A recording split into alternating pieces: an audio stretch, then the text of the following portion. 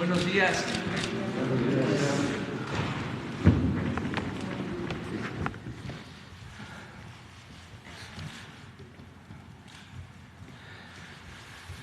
Siéntese, por favor.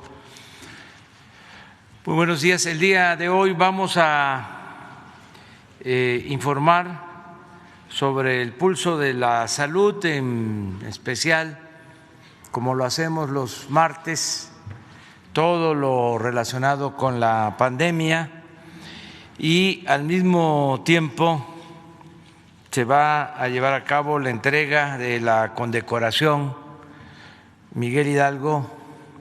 Son placas conmemorativas en honor a todo el personal de salud, que no vamos a dejar de agradecerle por su entrega, por su humanismo, porque ellos han sido fundamentales, mujeres, hombres del sector salud, para enfrentar esta terrible pandemia que tanto daño ha causado.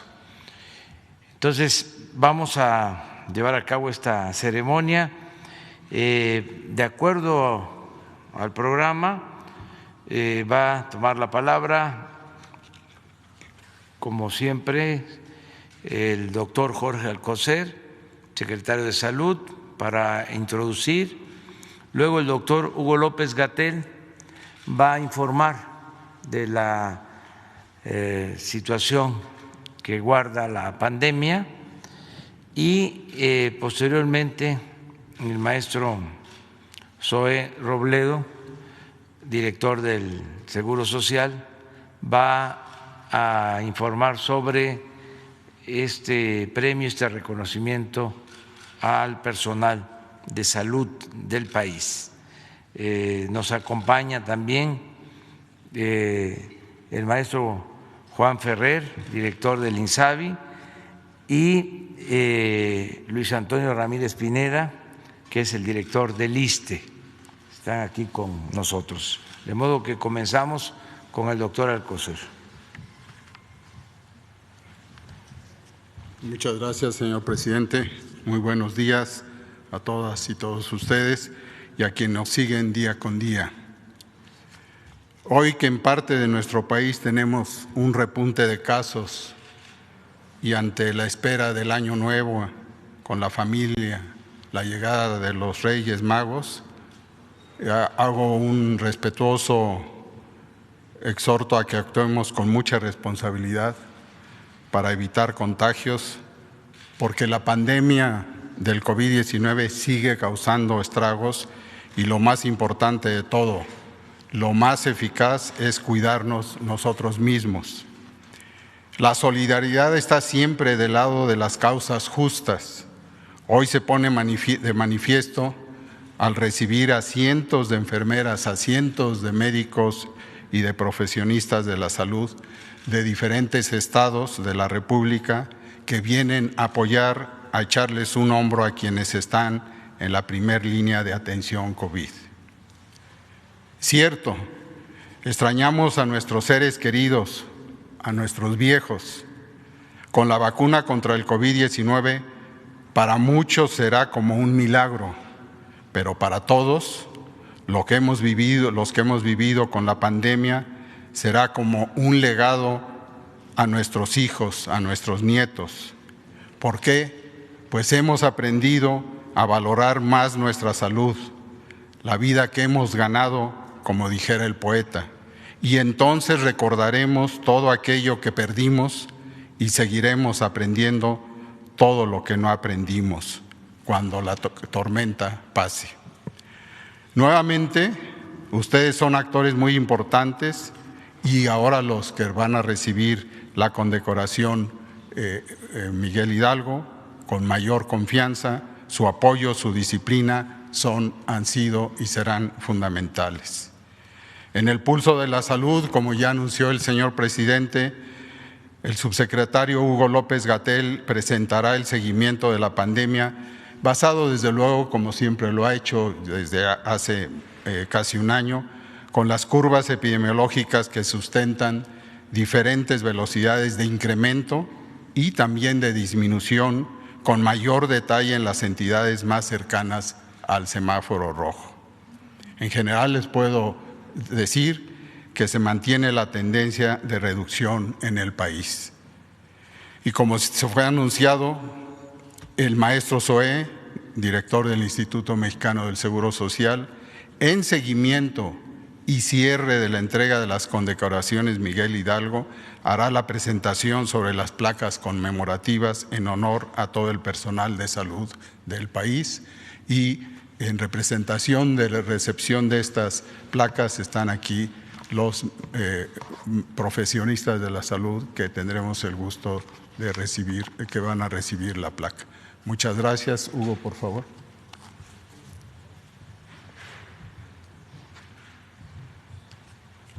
Con su permiso, señor presidente, maestro, colegas, directores de las instituciones de salud y seguridad social, y saludo con mucho respeto y aprecio a los colegas directores de las unidades que serán condecoradas o que se entregará hoy su condecoración, y el jefe de residentes del Instituto Nacional de Enfermedades Respiratorias. Muy buenos días tengan todas y todos ustedes. Compartiré, con base en el informe técnico más reciente, el que presentamos ayer por la noche en voz del doctor López Ridaura, el estado que guarda la pandemia de COVID-19 en México, y vamos primero con el informe general. Como se puede apreciar en esta curva epidémica de agregación semanal, la siguiente, por favor, la siguiente y la siguiente. En esta curva epidémica de agregación semanal que presentamos todos los días, monitoreamos uno de los indicadores importantes, que es el porcentaje de positividad. Esto es, cuántas personas de cada 100 resultan positivas cuando se les estudia, dado que tienen síntomas de COVID-19, cuántas resultan positivas al virus SARS-CoV-2 con las distintas pruebas que se usan para este propósito. Recordar que desde hace ya 4 semanas estamos utilizando la prueba antigénica, la prueba rápida, particularmente en la Ciudad de México, y varias entidades federativas también ya lo incorporaban. Estas pruebas tienen sus virtudes, también tienen algunas limitaciones. La prueba definitiva es la prueba de PCR, pero en condiciones de uso adecuado. También la prueba de antígenos es una prueba de diagnóstico por laboratorio.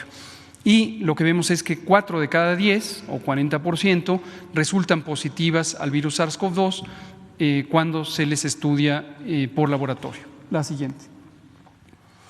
Un elemento positivo, pero que definitivamente siempre hay que tomar en cuenta que puede variar, pero es muy importante mostrarlo según la condición en que se encuentre, es el porcentaje de cambio. ¿Cuánto ha variado la epidemia de una semana a otra? Y lo presentamos todos los días. En la semana más reciente, en la que está el corte de información, que es el cambio entre la semana 50 a la 51 del año, en este momento está transcurriendo la última semana epidemiológica de 2020, la semana 53, que es una semana parcial, solamente son los primeros 3 días, y vemos un cambio de reducción de 13%. Como informábamos y se muestra en la gráfica, esto ha ido variando. En la tendencia general desde la semana 40 del año, que es la primera semana de octubre, fue un cambio muy importante en la trayectoria. Habíamos tenido una reducción todo agosto, todo septiembre, y a partir de octubre empezó a aumentar el número de casos diarios, por lo tanto el número de casos semanales con respecto a lo que había estado ocurriendo. Sin embargo, para este cambio más reciente, de la semana 50 a la 51, hay una reducción de 13%. Como lo advertimos cada vez que presentamos esto, a lo largo de la semana, conforme van fluyendo los datos que provienen en todos los casos de las entidades federativas, se puede disminuir esta magnitud, este tamaño de la diferencia, de la reducción, y terminemos la semana con una reducción no tan sustancial. Sin embargo, con apertura de semana con reducción tan grande, muy probablemente se conservará la reducción. La pregunta natural es si esto es ya una tendencia definitiva. La respuesta es no necesariamente. Esto hay que monitorearlo todos los días y estar apreciando la tendencia. En su momento veremos con el paso de los días y las semanas si se sostiene esta reducción y hablamos ya de una tendencia sostenida a la baja. Lo iremos informando según sea el caso. La siguiente. Respecto a la mortalidad ha estado también a la alza desde el inicio de octubre y tenemos incrementos menores en la medida en que se ha reducido la letalidad. La probabilidad de que una persona fallezca por COVID cuando está en atención médica a lo largo de la epidemia se ha ido reduciendo. Esto es muy positivo, es muy alentador y tiene que ver con varias circunstancias. Dos principales es que el manejo médico de las personas enfermas es cada vez más efectivo y más eficiente, y también que las personas acuden más tempranamente a atención, a valoración y a atención. Y seguimos enfatizando esto como un mensaje muy importante a la población: no esperarse. Las personas que tengan los síntomas característicos de COVID-19, fiebre, tos, dolor de garganta, dolor de cabeza, los principales, particularmente aquellas personas que tengan 60 o más años de edad, o bien que tengan enfermedades crónicas como diabetes, hipertensión, obesidad y otras enfermedades crónicas, es muy importante que sin esperar el diagnóstico por laboratorio acudan a las unidades de atención de emergencias para que sean valoradas. Reducir este tiempo entre el inicio de los síntomas y la atención es muy importante para reducir la letalidad, la mortalidad. Vemos un incremento de más 3% en este cambio entre las semanas 50 a 51 y en general se ha observado, no solo en México sino en el mundo, un intervalo de aproximadamente 2 semanas entre lo que ocurre con la tendencia de aparición de nuevos casos, de incidencia, y lo que ocurre con la mortalidad. Esto corresponde al tiempo medio de hospitalización que están las personas en los distintos hospitales. La siguiente, por favor. Finalmente, la ocupación hospitalaria es un asunto que, como comentamos casi todos los días, es de extremada importancia. En la medida en que esta epidemia siga en México y en el mundo, en todo momento hay que tener disponible la capacidad hospitalaria del Sistema Nacional de Salud. Recordarán seguramente en la mayoría de las personas que en México, desde el inicio de la epidemia, teníamos muy claro que no existía la capacidad instalada para atender la cantidad de personas que iban a estar enfermas, de acuerdo a las distintas proyecciones. Por eso, desde el mes de abril empezó un proceso de expansión de la capacidad hospitalaria, que le llamamos reconversión hospitalaria, en la que se destinaron para la atención de personas con enfermedad respiratoria aguda grave una cantidad mayor de camas. Y recordar también, siempre cuando hablamos de camas, es solo para tener la referencia, pero no se trata solo del mueble físico donde se alojan las personas. Lo más importante es tener el personal de salud especializado, el personal clínico, el personal de apoyo, también tener los insumos y los equipos, los ventiladores mecánicos, las bombas de infusión, los monitores, etcétera. Y esta capacidad hospitalaria en todo momento se necesita ampliar cuando aumenta la actividad epidémica. Es lo que vemos ahora, particularmente en el Valle de México, la Ciudad de México, el Estado de México, y siguen también otras entidades como Baja California, como Guanajuato, que están en una tendencia de crecimiento de la epidemia. Necesitamos siempre tener las camas disponibles haciendo estas reconversiones. En este momento lo que vemos es que la Ciudad de México es la entidad con la mayor intensidad epidémica y por consiguiente la que ha tenido mayor ocupación hospitalaria. Resta todavía una reserva en este momento de 13%, pero se está ampliando esta capacidad hospitalaria. En las últimas 2 semanas hemos logrado casi duplicar la cantidad de camas disponibles con la ayuda de las distintas instituciones de salud. Y la última diapositiva de este informe técnico sintético es la misma idea, pero para camas con ventilador. Estas son las camas necesarias para las personas críticamente enfermas. es un tanto el análogo de las terapias intensivas, y hay hospitales completos, como el Instituto Nacional de Enfermedades Respiratorias, que está destinado a personas críticamente enfermas.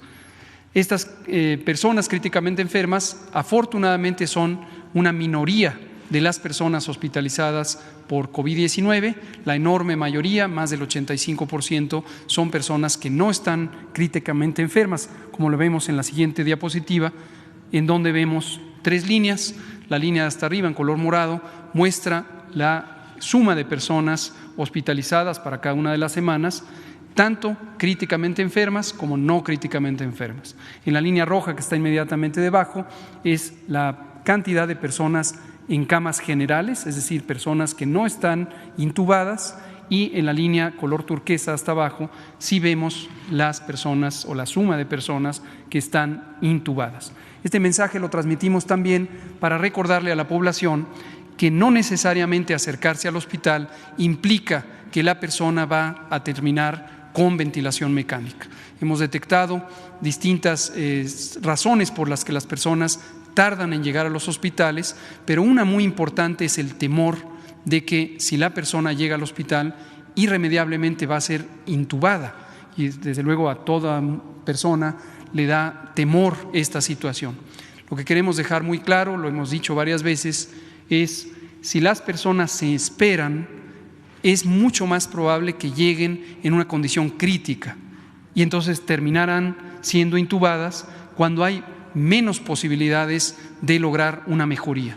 Mientras que si acuden más tempranamente a los hospitales, todavía hay muchas más intervenciones que se pueden hacer. Una muy importante es oxigenación sin intubación, lo que técnicamente llamamos oxigenación no invasiva, y eso permite una recuperación sin llegar a una fase extrema de la enfermedad en la que desafortunadamente hay menor probabilidad de que se recuperen las personas. Entonces insistimos, muy importante llegar tempranamente a las unidades hospitalarias. Ahora, si me lo permite, presidente, me paso para allá para comentar las curvas.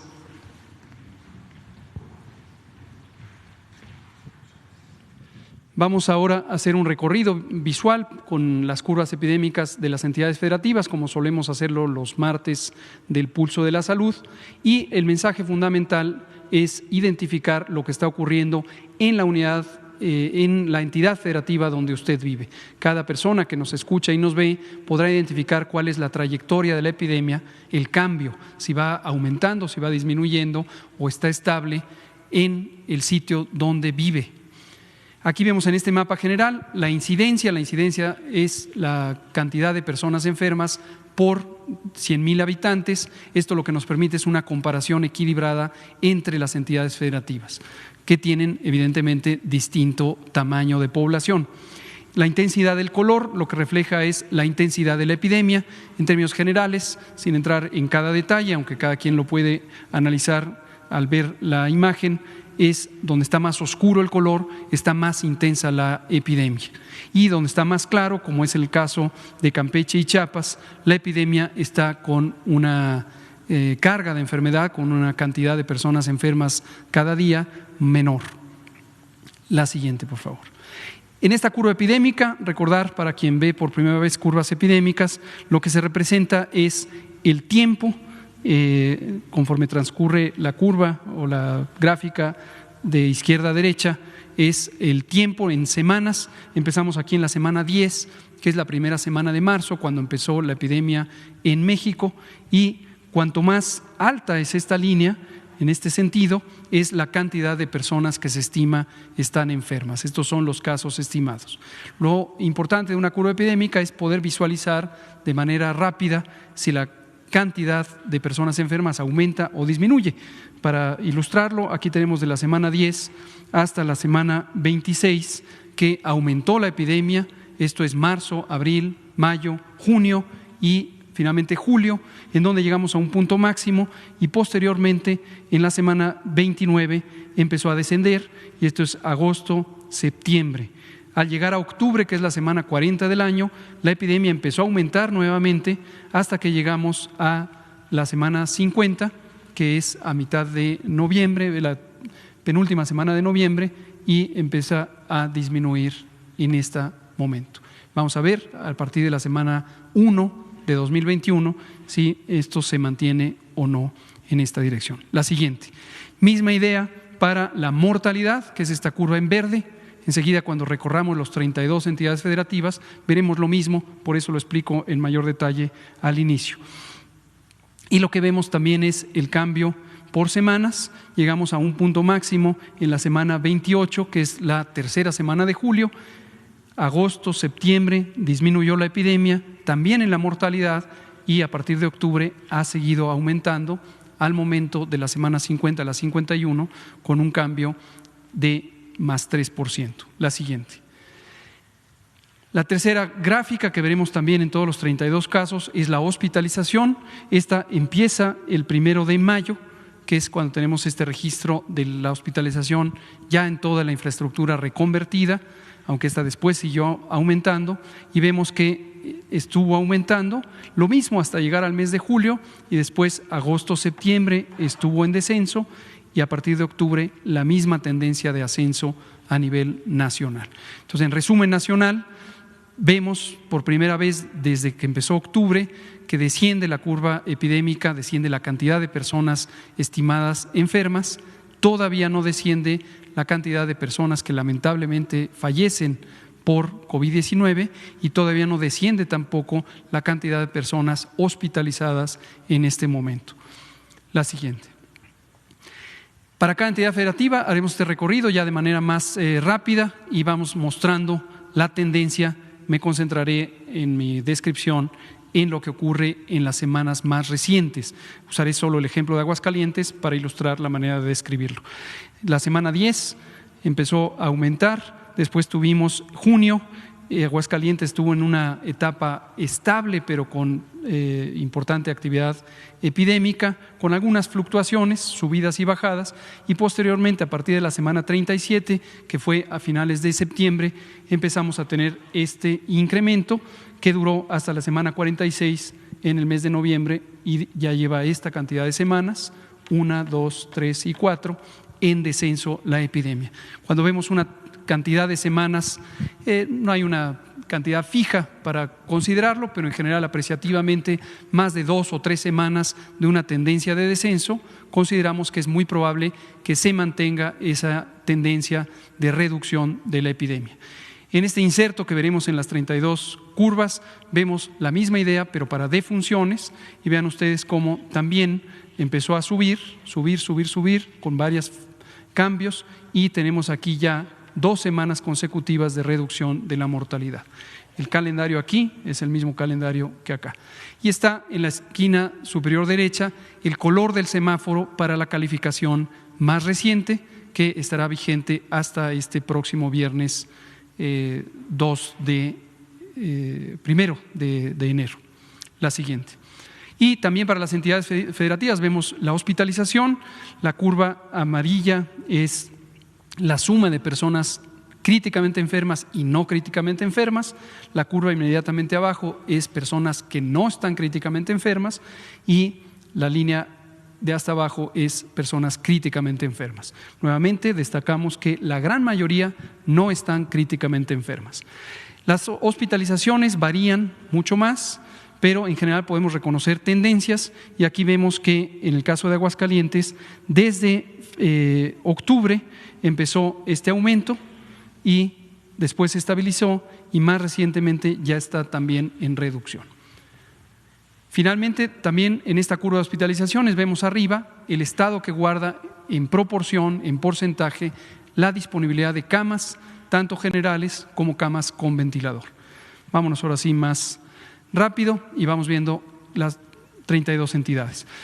Baja California fue una de las primeras entidades afectadas, después tuvo una etapa de descenso sin haber terminado por completo el control epidémico, después empezó a subir en octubre y tiene apenas una semana de reducción en la cantidad de personas enfermas cada semana. Todavía no reduce la mortalidad, está en semáforo rojo. La siguiente, la tendencia de hospitalización todavía a la alza. La siguiente, Baja California Sur, vemos también descenso, posteriormente desde la semana 46 ascenso, todavía no desciende la cantidad de personas enfermas, aunque la mortalidad ha tenido este patrón de reducción. La siguiente es la hospitalización, todavía con incremento. La siguiente. Campeche fue el primer estado en pasar a color verde de su semáforo de riesgo COVID porque, como se ve en la curva, tuvo desde la semana 28, la tercera semana de julio, una reducción sostenida en la cantidad de casos diarios, reducción que se ha mantenido hasta ahora con una cantidad muy menor de casos, lo mismo la mortalidad y sigue en semáforo verde. Lo mismo para la hospitalización, en el caso de Campeche vemos que todavía no ha habido una desocupación completa, pero vean ustedes, la ocupación es 6% y 2% para camas generales y con ventilador respectivamente. La siguiente. Lo mismo Chiapas tuvo un descenso abrupto a partir de la semana 26 del año y después ha mantenido una intensidad de epidemia muy baja, tanto en casos nuevos como en defunciones, sigue en semáforo verde. La siguiente, en hospitalización, Chiapas también se encuentra con una ocupación mínima, 5 y 6% de sus camas. La siguiente. En el caso de Chihuahua, llegamos a un punto de importante preocupación en la semana 43 y 44 del año, porque tuvimos este incremento muy rápido, pero posteriormente, después de varias intervenciones que tienen que ver con el control comunitario de la epidemia, a partir de reducir la movilidad en el espacio público y también la ampliación de capacidades hospitalarias, tenemos ya una tendencia de reducción muy sostenida que seguramente ya se mantendrá, lo mismo en la mortalidad. La siguiente. Y la hospitalización concurrentemente o consistentemente también va en reducción. La siguiente. En el caso de la Ciudad de México, como lo hemos estado destacando, desde que la jefa de gobierno declaró la alerta por COVID, emergencia por COVID, es la zona que ha sido de mayor preocupación. Como lo hemos dicho todos los martes y en varias otras ocasiones, las grandes ciudades, las zonas muy pobladas, tardan más en responder a las intervenciones de control. Esto es un fenómeno muy claramente conocido en la epidemiología. Las poblaciones tienen todavía una inercia, una velocidad de contagios que tarda en cambiar con el tiempo. Pero afortunadamente vemos la primera semana de reducción que es consistente con ya 3 semanas de reducción de la movilidad en el espacio público. Queremos destacar esto porque esto es alentador para quienes vivimos en el Valle de México.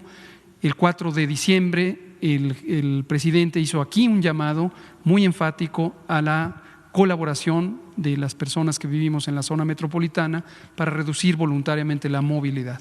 Y posteriormente se tomaron disposiciones específicas y ayer presentábamos por la noche la reducción de la movilidad en el espacio público. Eso hace 3 semanas. Y hoy vemos la consecuencia, que es ya la reducción en la tendencia de la epidemia. Las defunciones desafortunadamente todavía no disminuyen, pero si se reduce el número de casos, reducirá la mortalidad también. Todavía estamos en semáforo rojo y esto ocurrirá al menos hasta el 10 de enero. La siguiente. Tendencia de hospitalización todavía a la alza y como hemos dicho todavía tenemos una sobrecarga de hospitalización muy importante y estamos haciendo todos los esfuerzos para ir más rápido en la reconversión hospitalaria. La siguiente. En el caso de Coahuila también tuvimos un cambio muy importante desde la semana 37 del año, llegamos a un punto máximo y llevamos varias semanas de reducción, también de defunciones. La siguiente, también las hospitalizaciones van en reducción. La siguiente. En el caso de Colima, una tendencia en general muy positiva desde la semana 32 a la reducción. Desde la semana 46 ha habido una suerte de estancamiento en esa reducción, porque se mantiene más o menos la misma cantidad de personas enfermas por semana, y en el caso de la mortalidad, con una reducción sostenida desde la semana 41. La siguiente, las hospitalizaciones se redujeron, pero en este momento todavía no terminan de reducirse, hay una suficiente capacidad hospitalaria por arriba del 80%. La siguiente.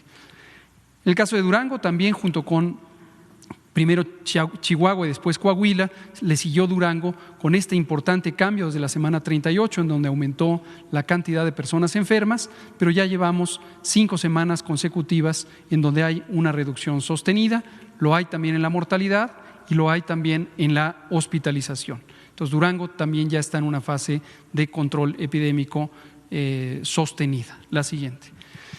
En el caso del Estado de México sigue un patrón casi idéntico al de la Ciudad de México. La razón es obvia, la mayoría de los casos están ocurriendo en la zona conurbada y después de un periodo largo de reducción tuvimos este incremento justamente en la primera semana de octubre, siguió aumentando, pero también vemos ya primera semana de reducción de la intensidad epidémica, aún no de las defunciones, la siguiente tampoco de la hospitalización.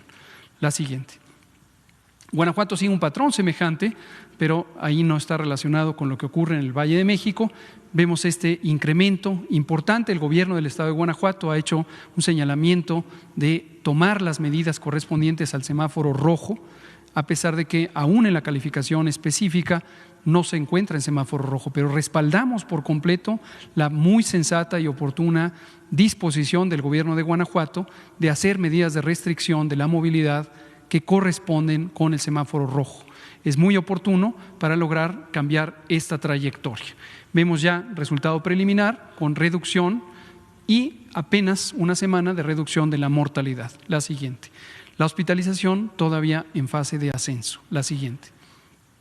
El Estado de Guerrero, en general, con un patrón de reducción desde la semana 25, con muchas variaciones, y desde la semana 44 con un proceso de aumento no tan acelerado como en otras entidades federativas. Esperemos que empiece a tomar también una tendencia de control. La siguiente. Las hospitalizaciones, también muchas variaciones, y en este momento en general habían tenido reducción y solamente en los últimos 12 días tienen un incremento. La siguiente. El Estado de Hidalgo, un patrón muy semejante al de la Ciudad de México, muy semejante al del Estado de México, muy semejante al de Guanajuato.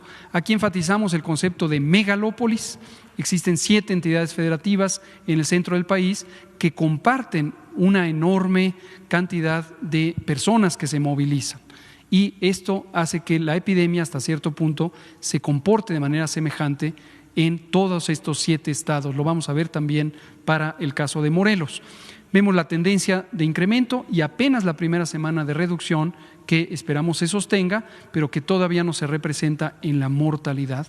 La siguiente tampoco en la hospitalización, donde en el Estado de Hidalgo seguimos viendo esta tendencia de incremento con una muy importante saturación de los hospitales.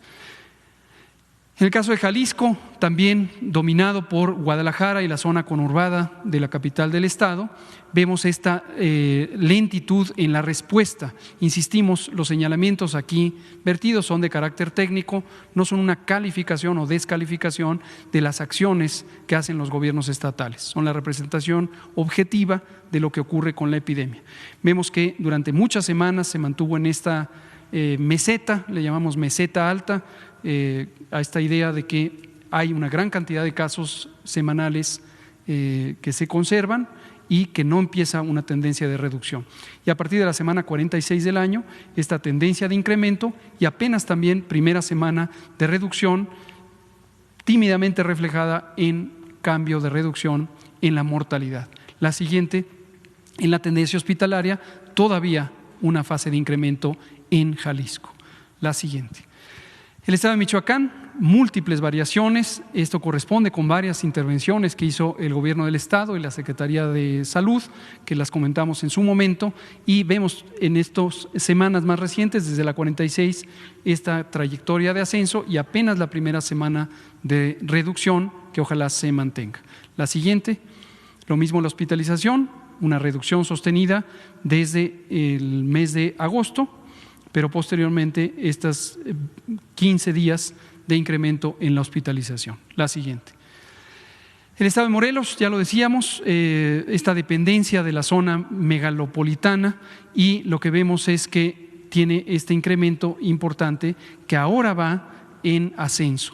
Semejante al comentario que acabo de hacer para el Estado de Guanajuato, el Estado de Morelos ha tomado decisiones propias y que le corresponde tomar para tomar las disposiciones del semáforo rojo, a pesar de que todavía no hay una calificación, se está elaborando en estos días, de la tendencia de la intensidad epidémica en Morelos. Pero respaldamos ya desde ahorita las decisiones muy oportunas del gobierno del Estado de Morelos de considerar que Morelos está en semáforo rojo y que necesita intervenciones de control. Lo que es muy obvio en la gráfica, por esta tendencia acelerada de incremento de casos, urge que en Morelos se reduzca la movilidad en el espacio público para que no haya más casos. La siguiente. La tendencia de hospitalización es hacia arriba y se están acercando a la mitad de la ocupación hospitalaria en camas generales. La siguiente. El caso de Nayarit es alentador, hay una tendencia sostenida de descenso desde la semana 30 del año, que es la última semana de julio, y finalmente apenas tuvo este incremento, pero volvió a tener descenso. La mortalidad con importantes variaciones, pero en general con una tendencia de descenso, y en la hospitalización lo que vemos es también reducción de la ocupación hospitalaria. En buen curso el control epidémico en Nayarit. La siguiente. En el caso de Nuevo León, misma situación que para la Ciudad de México, para Jalisco, y aquí dominado desde luego por Monterrey y la zona metropolitana, importante intensidad epidémica con grandes variaciones, y todavía vemos una tendencia al menos de sostenimiento de la epidemia, si no es que de incremento a lo largo del tiempo. La mortalidad, sin embargo, va en descenso, la siguiente, y la hospitalización con variaciones, y en los últimos 12 días tendencia de incremento. La siguiente. El estado de Oaxaca también estancado en su reducción de la epidemia, con una tendencia general de ascenso desde la semana 44 y apenas la primera semana de reducción. La siguiente. Igual, la hospitalización está estable, pero con ocupación de la tercera parte de las camas destinadas a COVID. La siguiente. El estado de Puebla en general había tenido una tendencia muy positiva de reducción desde la semana 26, primeras semanas de julio, y se mantuvo hasta la semana 40. Después no tuvo incremento durante todo octubre y fue a partir de noviembre que empezó con incremento. El gobierno del estado de Puebla ha hecho un llamado también a reducir la movilidad en el espacio público porque tiene un riesgo importante de entrar en descontrol. Insistimos, el semáforo de riesgo COVID todavía lo muestra en naranja, pero nos parece oportuno que el gobernador del estado de Puebla y su equipo hayan tomado ya acciones anticipadas para reducir la movilidad en el espacio público. La siguiente, vemos que la trayectoria de ocupación hospitalaria también va en incremento. Puebla es uno de los 7 estados de la zona megalopolitana. La siguiente. Querétaro en general había tenido una tendencia de ascenso, de aumento, sostenida desde el inicio de la epidemia, ascenso mucho más acelerado a finales de septiembre, octubre, noviembre, y ya tiene una señal positiva de reducción por 3 semanas consecutivas. Lo mismo, la mortalidad empieza a reducirse y la hospitalización todavía está en una trayectoria de aumento. La siguiente. Quintana Roo, en general, un muy buen control, hay un poco de estancamiento, incluso una tendencia de aumento durante el mes de noviembre, y en la siguiente vemos que la tendencia de hospitalización apenas empieza a tener un cambio hacia arriba, todavía tiene buena disponibilidad de camas hospitalarias. La siguiente, San Luis Potosí, también una zona de no fácil control por la movilidad que representa la zona central del Bajío, la parte alta del Bajío, y tenemos esta tendencia de estancamiento, pero en las últimas 4 semanas consecutivas de reducción, lo mismo la mortalidad, lo siguiente, lo mismo la hospitalización con importantes variaciones y la disponibilidad hospitalaria superior al casi 80%. La siguiente. Sinaloa es el estado que tiene la mayor cantidad de semanas consecutivas en reducción, con variaciones como suele ocurrir, pero desde la semana 23 con reducción de las defunciones, está en semáforo amarillo, la siguiente, y la hospitalización en reducción. Buen control epidémico en Sinaloa, la siguiente. Sonora había tenido una muy buena reducción desde la semana 28 del año, la tercera semana de julio, después a partir de noviembre es cuando empezó en ascenso, tiene ya 3 semanas de reducción, pero todavía la mortalidad está en ascenso. La siguiente. Lo mismo la hospitalización, apenas es en la última semana donde ya se muestra una reducción, pero por ser uno de los indicadores más tardíos es alentador que empezará a entrar en control. La siguiente. Tabasco, muy semejante, tuvo una reducción desde el final de julio, todo agosto, todo septiembre, y a mitad de octubre es que empezó a tener esta tendencia de incremento. Afortunadamente en la última semana vemos ya esta reducción, todavía no se refleja en las defunciones, la siguiente todavía no se refleja en la hospitalización. Esperamos que se mantenga esta tendencia y se reduzca ya la epidemia también en Tabasco. Tamaulipas, ya casi por terminar, tenemos esta reducción sostenida, pero todo octubre, todo noviembre ha tenido una meseta en donde hay estabilidad de la epidemia, pero todavía con importante carga, tanto en casos como en mortalidad, la siguiente como en hospitalizaciones, con buena capacidad hospitalaria todavía disponible. La siguiente, Tlaxcala, que había tenido también una reducción, este es un patrón muy semejante al de Tabasco, había tenido una reducción sostenida, pero a partir de octubre, con este cambio hacia arriba, Tlaxcala también está en la zona megalopolitana y podría ser afectada de esta tendencia general de todas las entidades federativas de la región centro, las defunciones a la alza, la siguiente, y la hospitalización a la alza. Sería prudente que en Tlaxcala ya se empezaran a hacer algunas intervenciones correspondientes a el control de la movilidad. La siguiente. Veracruz en general con una tendencia a la baja, muy parecido al patrón al de Campeche, aunque se quedó con todavía una importante cantidad de casos semanales desde todo octubre y noviembre, reducción de mortalidad, la siguiente, y reducción de la hospitalización, la siguiente. Casi para terminar, Yucatán, una tendencia general de reducción con importantes variaciones, pero en general desde la semana 32 tenemos una tendencia a la baja y después una disminución más lenta, lo mismo en la mortalidad, la siguiente, y en las hospitalizaciones está estable en la ocupación hospitalaria, pero con buena capacidad hospitalaria, casi del 90% de disponibilidad. La siguiente. Zacatecas, el último estado en el orden alfabético, tuvo, igual que Querétaro, una tendencia de ascenso, un corto periodo durante agosto de reducción y después septiembre, octubre, noviembre en ascenso, pero afortunadamente, noticia positiva, ya lleva 3 semanas consecutivas de descenso, se refleja en la mortalidad y se refleja en la hospitalización. Cuando vemos los 3 indicadores consistentemente a la baja, ya es mucho más alentador de que hay un control epidémico. En resumen, la epidemia continúa activa en México y debemos seguir con las medidas de prevención. Ya arrancó la vacunación contra COVID desde el 24 de diciembre, esto es muy alentador, pero es muy importante la prudencia porque durante el tiempo que tarde la aplicación de la vacuna, la epidemia seguirá en México y en el mundo, entonces debemos seguir con las medidas de control.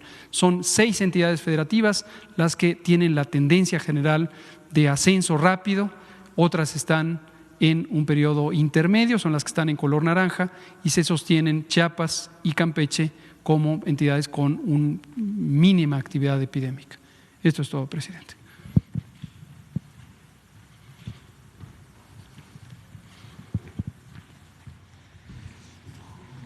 Muy buenos días, con su permiso, señor presidente. Muy buenos días a todas y a todos, señor secretario Alcocer, compañeros. A iniciativa del presidente Andrés Manuel López Obrador, el Gobierno de México y el Estado en su conjunto rescató la condecoración Miguel Hidalgo de la Ley de Recompensas, de Premios y Recompensas Civiles. Llevaba 40 años dormida ahí en esa ley, esta condecoración que, como lo dice el artículo 34 de esta ley, es la más alta presea que otorgan los Estados Unidos mexicanos a sus nacionales para premiar méritos eminentes o distinguidos, conductas o trayectoria vital ejemplar, relevantes servicios prestados a la patria o a la humanidad o actos heroicos. ¿Sí pueden pasar la primera? En ese sentido, el Consejo de la Condecoración Miguel Hidalgo y su jurado, presidido por el doctor Jorge Alcocer, emitieron una convocatoria el 11 de agosto y a partir de esa convocatoria, el 16 de septiembre, se entregaron 58 condecoraciones grado collar. Esto fue a 58 médicos, médicas, enfermeras y enfermeros, junto con un diploma y un premio de 100,000 pesos, además obviamente de la insignia. El 20 de noviembre se entregaron 525 condecoraciones grado Cruz. Esto es igual de la misma manera con la insignia diseñada por el jurado, además de un diploma y 50,000 pesos. Y este 29 de diciembre se entregan las 980 condecoraciones grado placa, que van al igual número de hospitales que han estado atendiendo COVID. Es lo que, como ha comentado el doctor Alcocer, es el cierre de esta condecoración de este año. En 2021 se continuará con la segunda entrega de grado Cruz, además de las condecoraciones en grado banda, 7,150 condecoraciones que corresponden a un diploma y 25,000 pesos que se entregarán el próximo año. En la siguiente, el grado placa, de acuerdo al Consejo de la Condecoración, un consejo que está integrado por la Secretaría de Gobernación, la Secretaría de Cultura, la Secretaría de Educación Pública, además de las mesas directivas de la Cámara de Senadores y de la Cámara de Diputados, diseñaron esta placa. Es una placa simbólica que irá en un lugar muy especial de cada hospital COVID, de todas las instituciones de salud pública de nuestro país. Con esto estamos buscando reconocer y recordar el esfuerzo de todo el personal. La leyenda dice: en reconocimiento al personal de esta unidad médica, su contribución a salvar vidas durante la pandemia de COVID-19 siempre será recordado. Esto, hay que decirlo también, reconoce a todo el personal de salud de todas las categorías, desde luego que los médicos y las enfermeras, las médicas y los enfermeros, pero además a todos los que están en el hospital, a todos quienes han trabajado ahí, el personal de higiene y limpieza, el personal de ambulancias, los manejadores de alimentos, los laboratoristas, los químicos, los asistentes médicos, los radiólogos, los camilleros, los inhaloterapeutas, el personal de farmacias, el de mantenimiento y conservación. En la siguiente, son 980 que se distribuirán entre todas las instituciones el día de hoy, 495 hospitales de la Secretaría de Salud y del INSABI, 77 hospitales de la Secretaría de la Defensa Nacional, 9 de la Secretaría de Marina, 275 del Instituto Mexicano del Seguro Social, 112 del ISSSTE, 12 de Pemex, para este total de 980. Y como lo ha dicho el presidente López Obrador, también una forma de reconocimiento y de agradecimiento es la protección del personal de salud, y por eso es que hay tanto ánimo y agradecimiento de ser los primeros en el Plan Nacional de Vacunación contra COVID-19. La siguiente, la distribución por estado es la siguiente, y a partir de hoy se empezarán a develar todas estas placas. Por eso es que nos da tanto gusto que el día de hoy estén aquí en este Salón de Tesorería de Palacio Nacional 7 médicos, 7 representantes de 7 instituciones de salud para recoger las placas que irán a sus hospitales. Si me lo permite, presidente, los iría nombrando para que vayan pasando cada uno de ellos. Por parte de la Secretaría de Salud, recibe el doctor Robinson Emanuel Robles Hernández, jefe de médicos residentes del Instituto Nacional de Enfermedades Respiratorias, del INER. Gracias.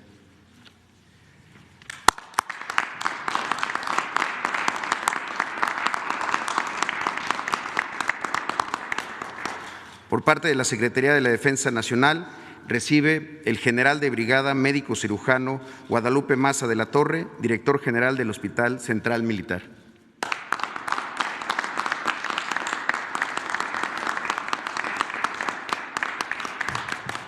Por parte de la Secretaría de Marina, recibe el contraalmirante, Servicio de Sanidad Naval, médico cirujano naval, anestesiólogo pediatra, diplomado de Estado Mayor, Juan Alberto Díaz Ponce Medrano, director del Centro Médico Naval.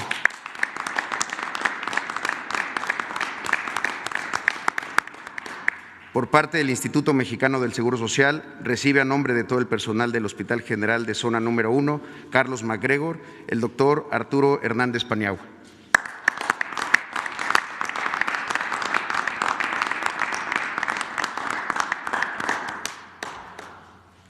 Por parte del Instituto de Seguridad y Servicios Sociales de los Trabajadores del Estado, recibe la doctora María Vandala Azamendi, directora del Hospital Regional de Veracruz.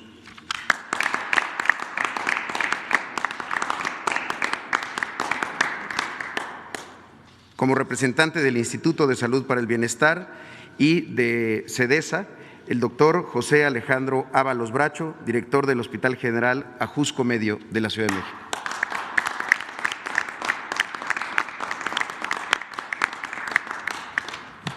Y finalmente, por parte de Pemex, recibe el doctor Abraham Emilio Reyes, director general del Hospital Central Norte de Alta Especialidad.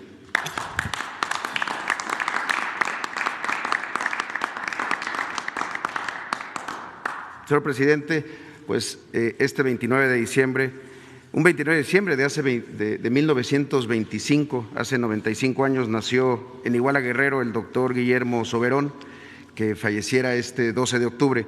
Y en alguna ocasión dijo una frase: no es lo que se hace, sino cómo y por qué se hace lo que da sentido a la vida. Y la verdad que el personal de salud lo ha hecho con valor, entrega y sacrificio, y además lo ha hecho por razones profundas, un alto sentido de responsabilidad, humanismo y mucho patriotismo. Enhorabuena a todas y a todos, muchas felicidades. Es cuanto, señor presidente.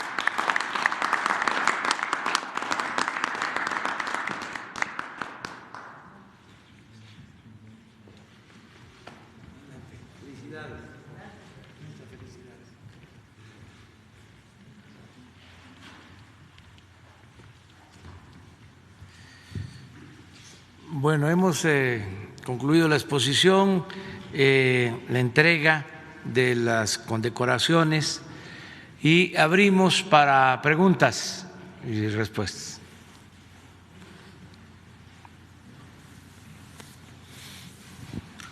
Buenos días, presidente. Gracias, Dalila Escobar, de Tiempo TV. Preguntarle sobre el tema de la vacuna. Han dicho que durante todo enero se va a vacunar al personal de salud y tienen sedes base en Ciudad de México y Coahuila por cuestión de región. Preguntarle si después de enero o a partir de cuándo podrían o está planeado a lo mejor cambiar las sedes o si va a continuar siendo en Ciudad de México y Coahuila, y si tienen un estimado de cuándo podrían llegar cargamentos de otras vacunas, no solo de Pfizer. Eso primero, gracias. Sí, mire, es importante que se conozca bien, aunque ya lo hemos dicho, que lo primero es vacunar a todo el personal de salud encargado de los hospitales COVID.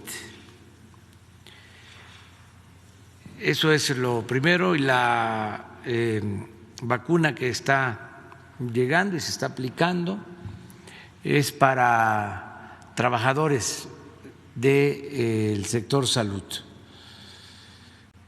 Consideramos que nos va a alcanzar a atender a todo el personal de salud que está en hospitales COVID, porque se considera que existen hospitales para COVID que fueron reconvertidos con ese propósito en una cantidad cercana a 1,000 hospitales. Acaban de decir 980 hospitales. Entonces, todos los trabajadores de estos 980 hospitales van a ser vacunados. Son los primeros, ya se inició este plan. Si les parece, ponemos lo de las entregas para explicar.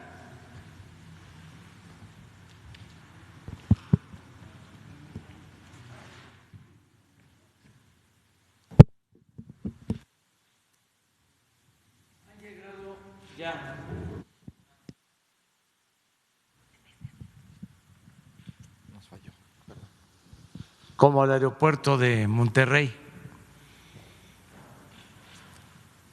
alrededor de 50,000 dosis que ya se están aplicando. Y van a llegar 53,000 más, se estima para el día 4. Ustedes me corrigen. 4 de enero. Entonces, las que llegaron y las que están por llegar el día 4, se piensa que se utilicen, porque estamos en la etapa de preparación, de ensayo, de calibrar todo el plan de vacunación. Entonces, van a llegar 8,775 más dedicadas a Saltillo, a Coahuila, y el resto a la Ciudad de México pensamos terminar de vacunar a todo el personal de salud de la Ciudad de México, el Estado de México, Morelos e Hidalgo. Entonces estaríamos hablando de 5 estados con estas dosis. Luego vamos a recibir ya una cantidad mayor. El día 11 de enero, 436,800 dosis.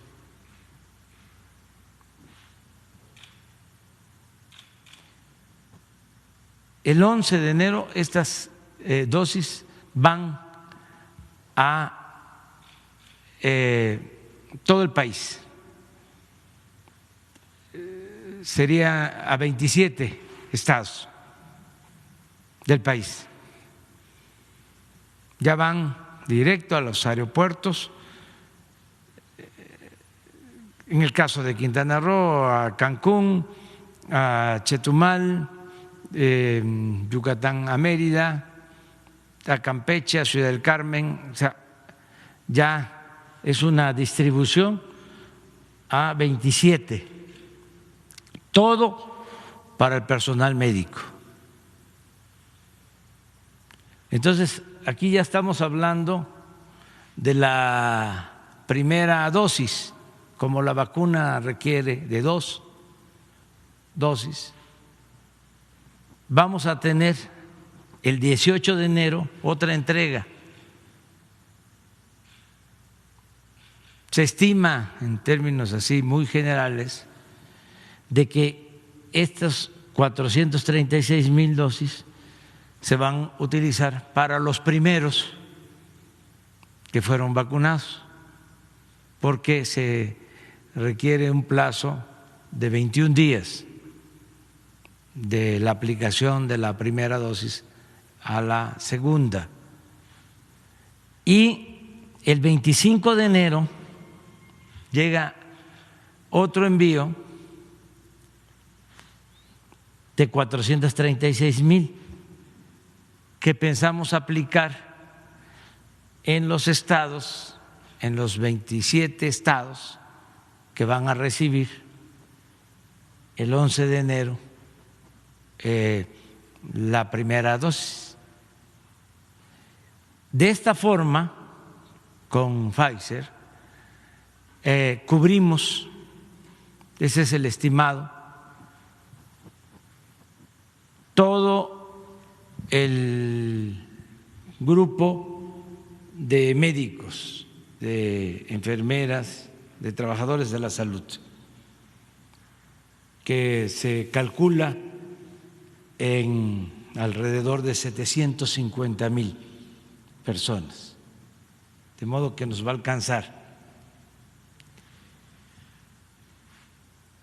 La vacuna CanSino, de una farmacéutica china y del gobierno de China, ha hecho el compromiso de entregarnos a partir de enero cantidades suficientes. Se estableció un convenio de 8 millones de dosis de enero a marzo de esta vacuna. Esta vacuna no requiere de 2 aplicaciones, es una dosis, y no requiere de bajas temperaturas, de modo que al tener esta vacuna disponible vamos a iniciar desde enero la vacunación de adultos mayores, que es el segundo grupo prioritario en todo el país.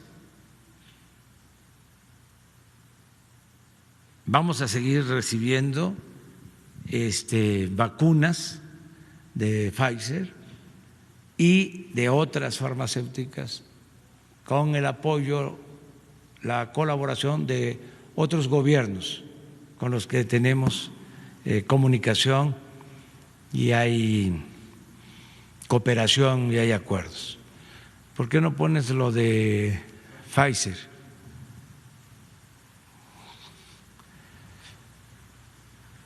Porque lo que hablábamos de Pfizer es hasta aquí, 1.400.000 en enero. Pero febrero hay compromisos de 3 millones, marzo de 5 y así, nada más con esta farmacéutica. Se tienen acuerdos para que no nos falte la vacuna, que se aplique de manera universal y gratuita. Va a depender de que se cumplan los acuerdos y de la disponibilidad. Después de terminar de vacunar a los adultos mayores, se le va a dar la atención a enfermos crónicos.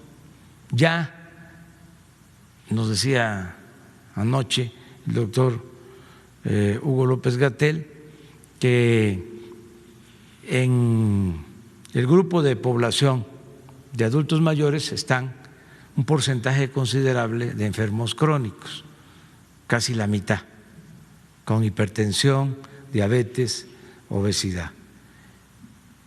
De modo que nos quedaría la mitad de menos de 60 años para que sea el tercer grupo atendido.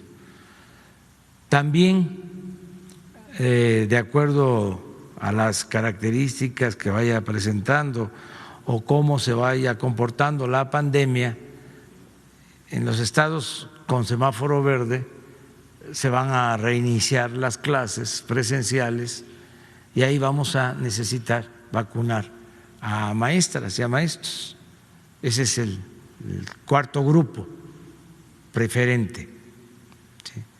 Estamos insistiendo mucho que no haya influyentismo,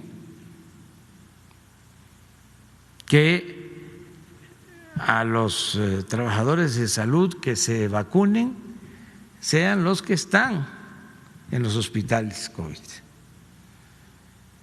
y que el segundo grupo sea para adultos mayores, empezando por los de más edad, los ancianos respetables, estén donde estén. Lo he dicho, pueden estar viviendo en Las Lomas, pueden estar en una comunidad de la Lacandona en Chiapas o en la Tarahumara en Chihuahua, donde estén. Pero vamos a estar muy pendientes y yo le pido a todos los mexicanos que nos ayuden para que nadie se brinque la fila, que se actúe con rectitud y con equidad. Y así vamos a avanzar. Nada de que porque yo tengo dinero y voy a tener yo primero la vacuna o yo soy político, yo soy influyente, voy a tener primero la vacuna. Eso no.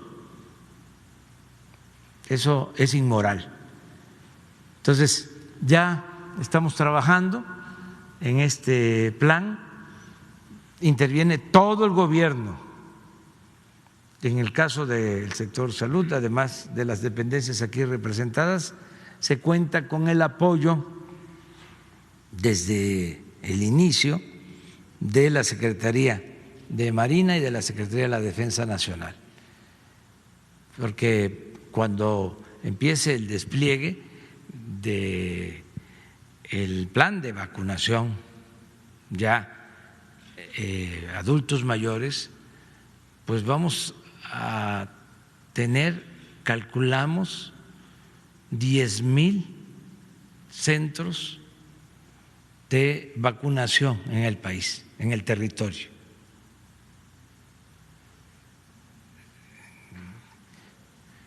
Son los 10,000 centros integradores que se tienen, en donde se está atendiendo a la gente que recibe los apoyos de los programas de bienestar. Constantemente en estos centros integradores se entregan los apoyos a los adultos mayores. Ya hay pues una experiencia, y con los siervos de la nación, los que trabajan en campo, técnicos del programa Sembrando Vida, y enfermeras y enfermeros y quienes se han dedicado a la vacunación durante muchos años, todos juntos, todos, marinos, soldados, vamos a integrar las brigadas para llevar a cabo la vacunación lo más pronto posible. Entonces, vamos a seguir trabajando en eso. Anoche nos reunimos, mañana también.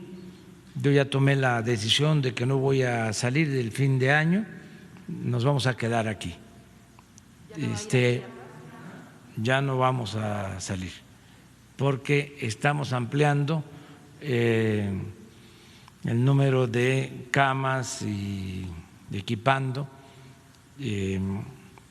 hospitales en la Ciudad de México para atender enfermos. Tenemos disponibilidad, pero no queremos confiarnos, queremos estar seguros y garantizar que nadie se quede sin camas, sin equipos, sin médicos, sin atención. Entonces vamos a quedarnos en eso. Aprovecho también para hacer un llamado a los médicos, a las enfermeras, héroes, heroínas nacionales, los que puedan venir a ayudar voluntariamente a la Ciudad de México, como ya lo están haciendo del Seguro Social y de otras instituciones, de hospitales del INSABI, en estados donde ya hay más control de la pandemia, donde ya no tienen una situación de emergencia, y que puedan venir a ayudarnos, ayudar a salvar vidas a la Ciudad de México, esto de manera voluntaria,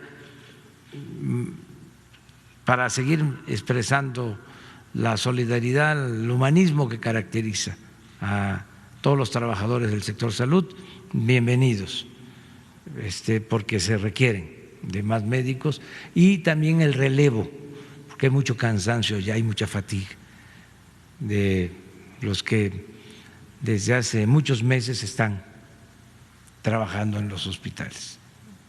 Gracias, presidente. En un segundo tema, en el asunto de ayer, la afectación por el apagón que hubo en varias partes del país, se hablaba de una afectación un poco más una afectación importante a nivel nacional, ayer ya lo decía Manuel Bartlett, pero preguntarle, más de 10 millones de personas, preguntarle si tiene el informe, hay temor de la población de que esto pueda volver a suceder, sobre todo en las condiciones que se está trabajando ahora el home office y las condiciones que se tiene por la pandemia. ¿Qué informe le da Manuel Bartlett en torno a el temor que se tiene de que esto no se vuelva a dar, o al menos no frecuentemente? Gracias. No se va a repetir, fue un desbalance, de acuerdo a lo que expresaron los técnicos, salieron de operación unas plantas y esto generó un descontrol en todo el sistema eléctrico, porque está totalmente intercomunicado el sistema eléctrico, es una red nacional. Entonces, cuando hay una falla, pues afecta no solo a un estado, sino a estados vecinos, como sucedió, y hay también sistemas de seguridad para no causar daños al sistema eléctrico. En automático entran estos sistemas de seguridad, fue lo que sucedió, por eso pues fue amplia la región, o mejor dicho, los estados, que fueron varios estados, 12 estados que se quedaron sin energía eléctrica. Afortunadamente, en muy poco tiempo, en 2 horas, se restableció el servicio. Yo quiero hacer un reconocimiento a los técnicos de la Comisión Federal de Electricidad. Los trabajadores son muy buenos, son de lo mejor. Entonces, van a presentar un informe el día de hoy sobre las causas que ocasionaron este apagón en 12 estados, a qué se debió, y contestar la pregunta si va a seguir sucediendo. Yo puedo adelantar que no. Tenemos un buen servicio de energía eléctrica, se está rescatando a la Comisión Federal de Electricidad. Claro, cuando pasan estas cosas, los que están a favor de la privatización, los que querían desaparecer a la Comisión Federal de Electricidad para quedarse con el mercado de la industria eléctrica y hacer jugosos negocios cobrando muy cara la energía eléctrica, pues ellos van a decir que no funciona la Comisión Federal de Electricidad, lo que han hecho siempre, cada vez que van o iban a privatizar, porque eso ya se terminó, decían que era muy malo el servicio. Así empezaron cuando iban a privatizar Teléfonos de México, diciendo que era malísimo el servicio de Teléfonos de México. Fueron preparando el terreno y luego entregaron Teléfonos de México. Entonces, hay siempre esa tentación, más ahora que nos hemos propuesto fortalecer a la Comisión Federal de Electricidad y a Pemex, que son 2 empresas públicas esenciales. Si se privatiza la industria eléctrica por completo, si hubiesen continuado cerrando plantas de la Comisión Federal de Electricidad y comprando la energía eléctrica a empresas particulares, sobre todo extranjeras, hubiese continuado aumentando el precio de la energía eléctrica, porque eso fue lo que sucedió durante todo el periodo neoliberal. Por eso necesitamos fortalecer a la Comisión Federal de Electricidad, que es una empresa pública, es una empresa de todos los mexicanos, para que así podamos garantizar que no aumente, como ha venido demostrándose, el precio de la energía eléctrica, ni el precio de las gasolinas, ni el precio del diésel, ni el precio del gas.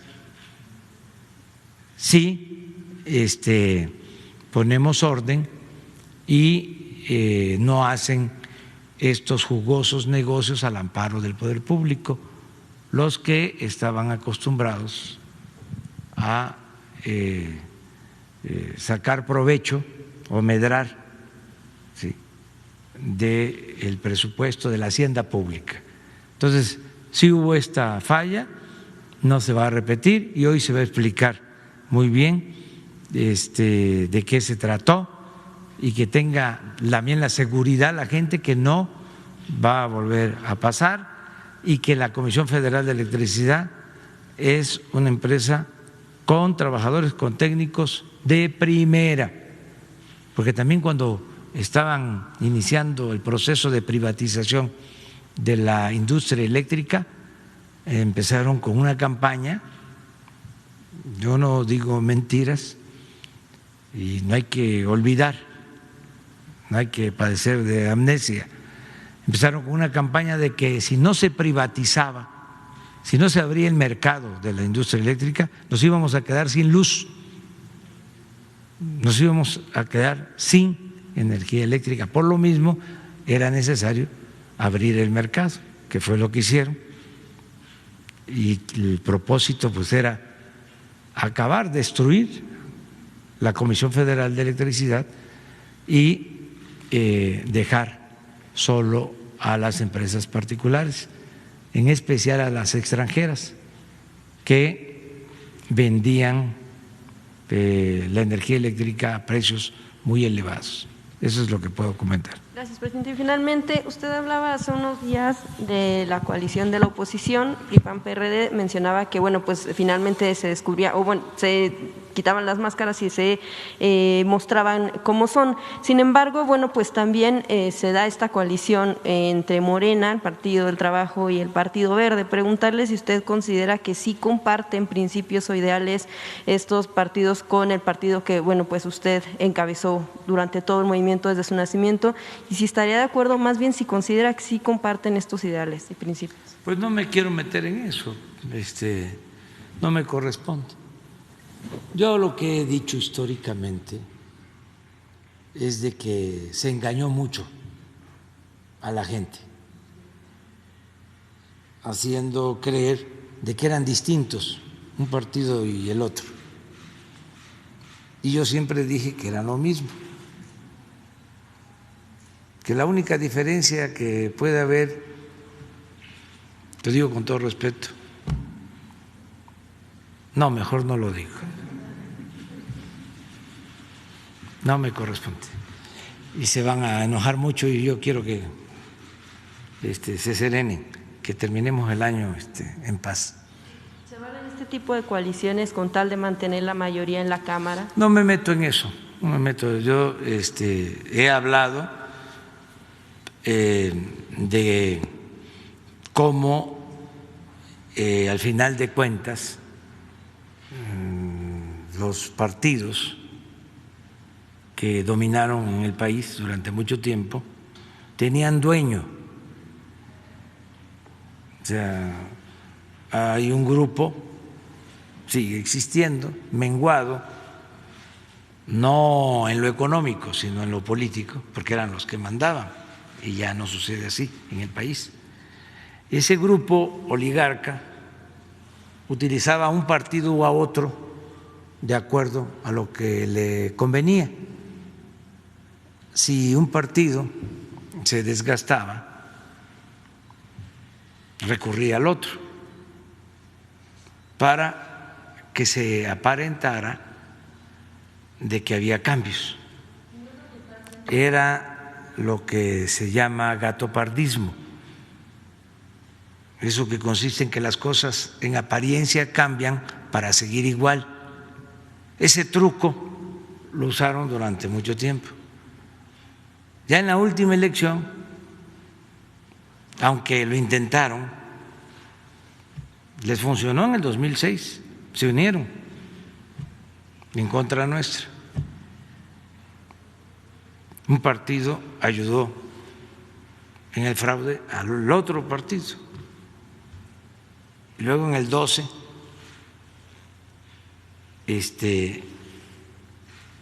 el partido que había ayudado fue ayudado. ¿Sí? Le devolvieron la mano. Y en el 18, pues buscaron hacer lo mismo. Afortunadamente no se pusieron de acuerdo y pues la gente votó por un cambio verdadero.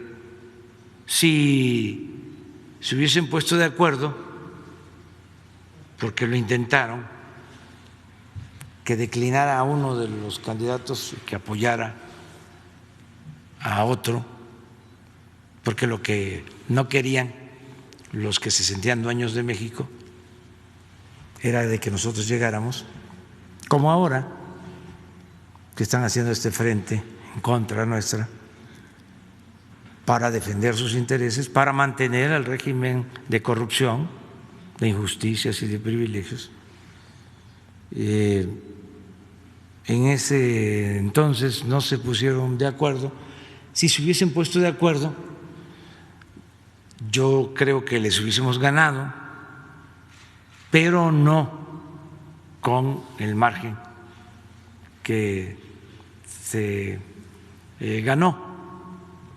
Hubiera estado más difícil y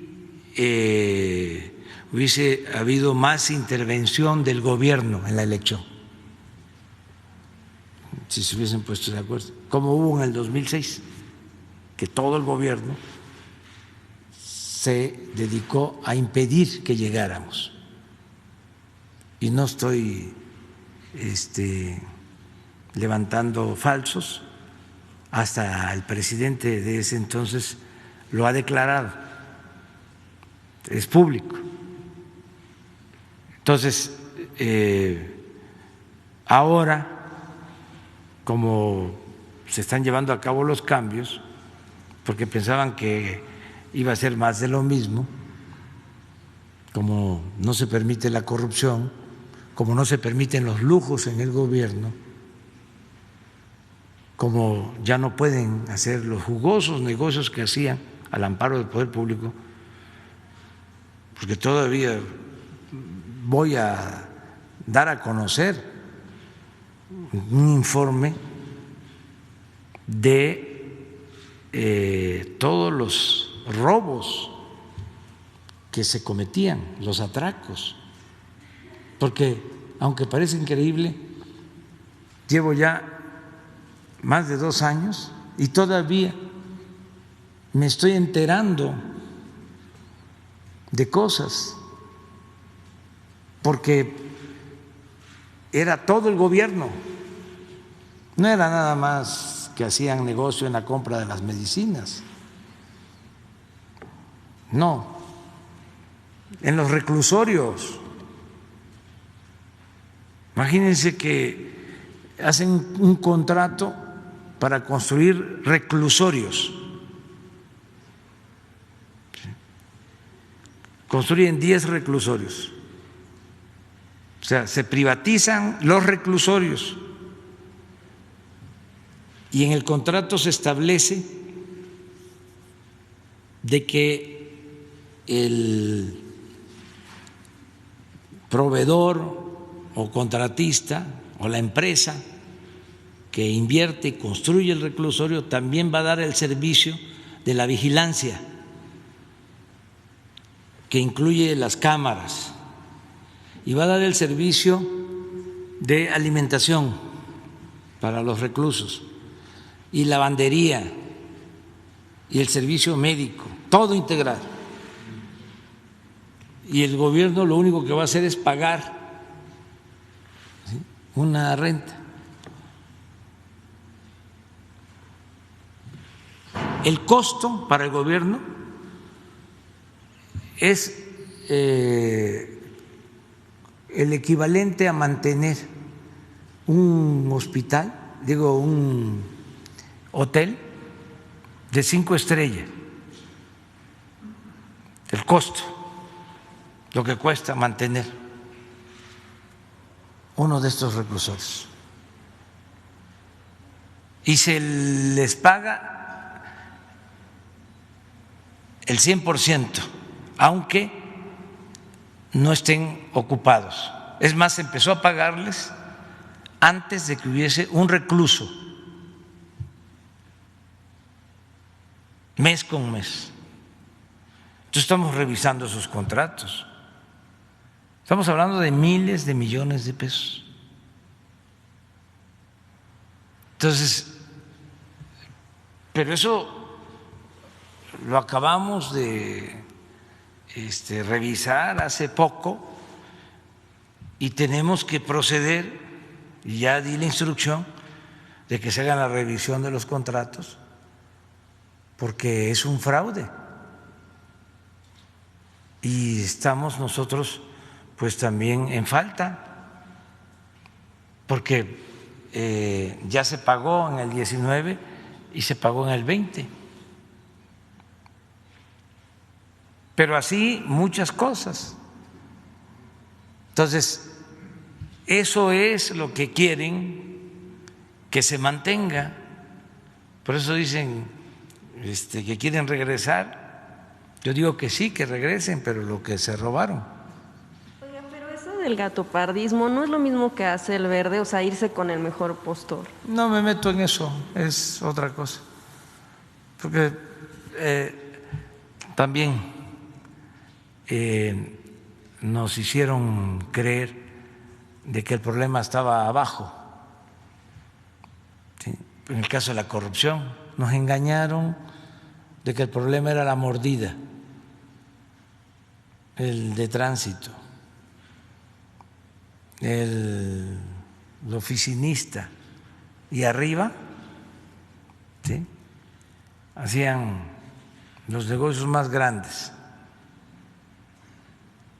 pero ni siquiera perdían su respetabilidad y nos tenían entretenidos de que el problema de México era la corrupción, pero siempre pensando en la mordida, no en las tarascadas. Hasta Transparencia Internacional, me acuerdo que hacía encuestas para medir el grado de corrupción de los países, y en el caso de México dejaba una cartera o varias carteras en distintos puntos y con 3,000, 5,000 pesos y una identificación. Distribuían en el país 100 carteras con una identificación y 3,000 pesos. Y si devolvían las carteras, hablaban para decir aquí está esta cartera, en una proporción mayor es que no había mucha corrupción. Si no las devolvían, pues es que había muchísima corrupción. Pero eso abajo, imagínense lo que significó el negocio de Odebrecht.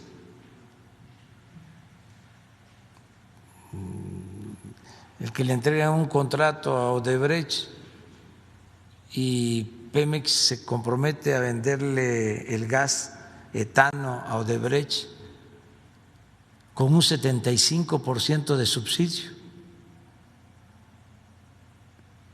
Estamos hablando de miles de millones de pesos, o la compra de la planta de fertilizantes de Coatzacoalcos,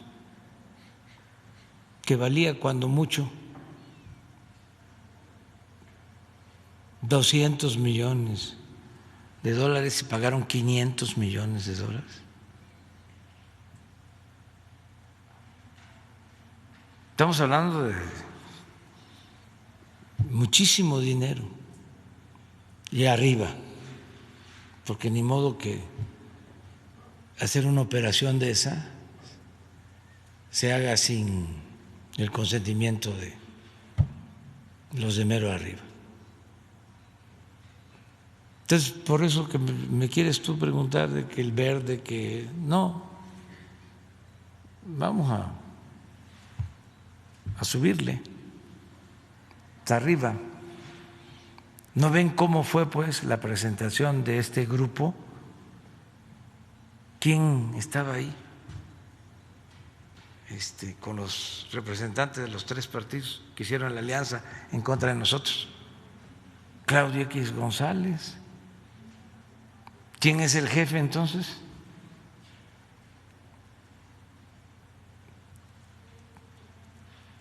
Están los presidentes de los 3 partidos y Claudio y el de la Coparmex.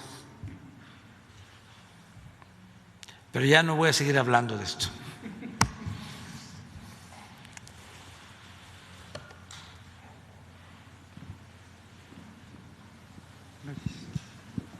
Buenos días, señor presidente. Buenos días a todos y a todos. Mi nombre es Diego Cedillo, de Diario Basta, Grupo Cantón. Señor presidente, aprovechando la visita de todo el Gabinete de Salud y en atención al comentario que usted empleó de que invita de manera solidaria a todos los médicos del país a acudir a la Ciudad de México por solidaridad a toda la población que vivimos aquí, mi pregunta sería si existiría una ruta crítica, en todo caso, por parte del Seguro Social y por parte de las instituciones de salud, para que se pueda canalizar a todos estos doctores, enfermeras, personas que quisieran venir a ayudar en la ciudad.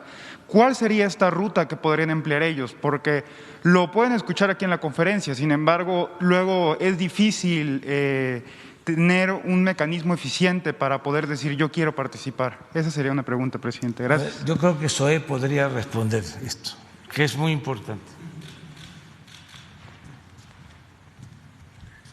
Sí, muchísimas gracias, señor presidente. Y efectivamente, lo que nosotros llamamos la Operación Chapultepec, que ha sido estos 600 médicos, médicas, enfermeras y enfermeros que han venido a la Ciudad de México para apoyarnos, como lo ha dicho el presidente, a también apoyar a quienes llevan mucho tiempo y hay agotamiento, pero también para permitir la expansión, para permitir esta etapa adicional de la reconversión. Hasta este momento tenemos aquí en la zona metropolitana del Valle de México a 540 médicos, médicas, enfermeras y enfermeros. Hay 66 también de esta operación que están en Baja California, porque también allá ha habido un incremento en el número de contagios y esto también en el número de hospitalizaciones. Ahora, ¿qué es lo que nosotros planteamos para poder levantar la mano a quienes quieren apoyar? Primero, a que su estado pues no tenga una situación crítica o a una situación de incremento de casos. Los estados que acaba de mencionar el doctor López-Gatell, no traeríamos pues de Baja California a alguien a la ciudad o de la ciudad a alguien a Baja California. Son de estos estados principalmente donde ha habido reducción, principalmente del sur, Veracruz, Chiapas, Tabasco, Campeche, pero también hay gente de Nayarit, de Colima, de Jalisco también. Entonces, en primer lugar es levantar la mano, literal, con los directores de los hospitales. Y estamos haciendo un segundo llamado, en donde nosotros, nuestro compromiso es a quienes protegen a la población, pues protegerlos a ellos.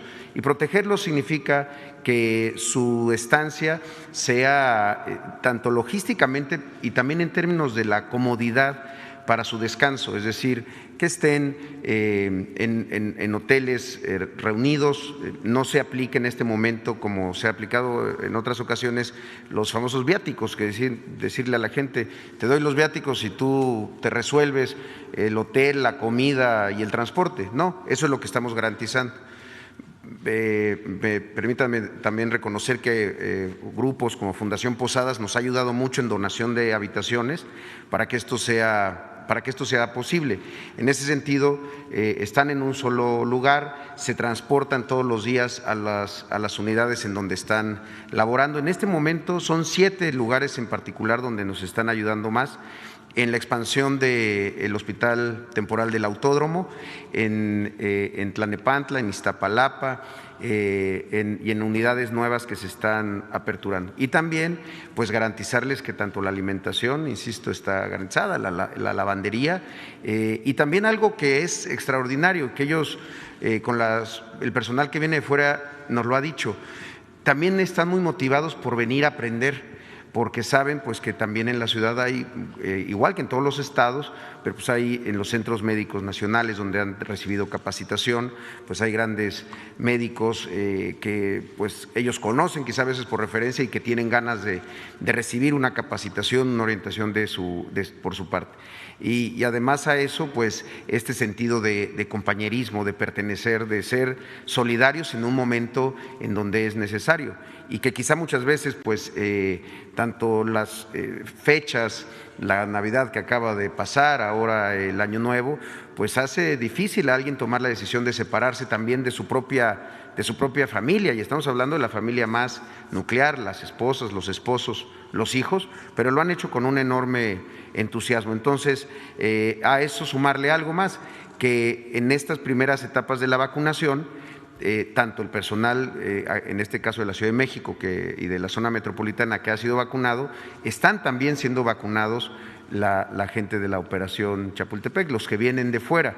Entonces es una cuestión adicional que también creemos es parte de este reconocimiento, y además por una cuestión epidemiológica de control, toda vez que además de su convivencia en el hospital, pues van juntos en el transporte, sus alimentos los toman juntos y había que protegerlos adicionalmente. Entonces, creemos que con todos estos elementos, pero el más importante, sentir que en el momento más crítico están tomando una decisión solidaria, correcta, estoy seguro que es la mayor motivación que los ha movido y que esperamos se sigan apuntando para venir, para poder hacer esta expansión como se requiere. Gracias.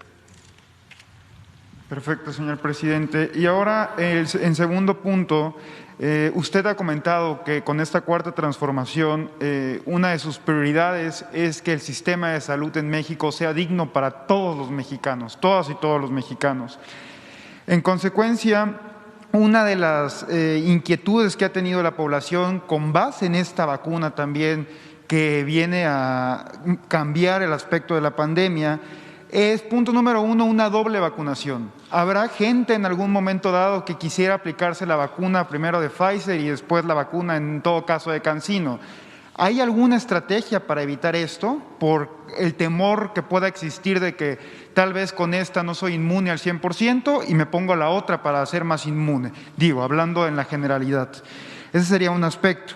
Y con el otro aspecto, señor presidente, con toda esta condición de la vacuna que se viene dando y las enfermedades como la influenza,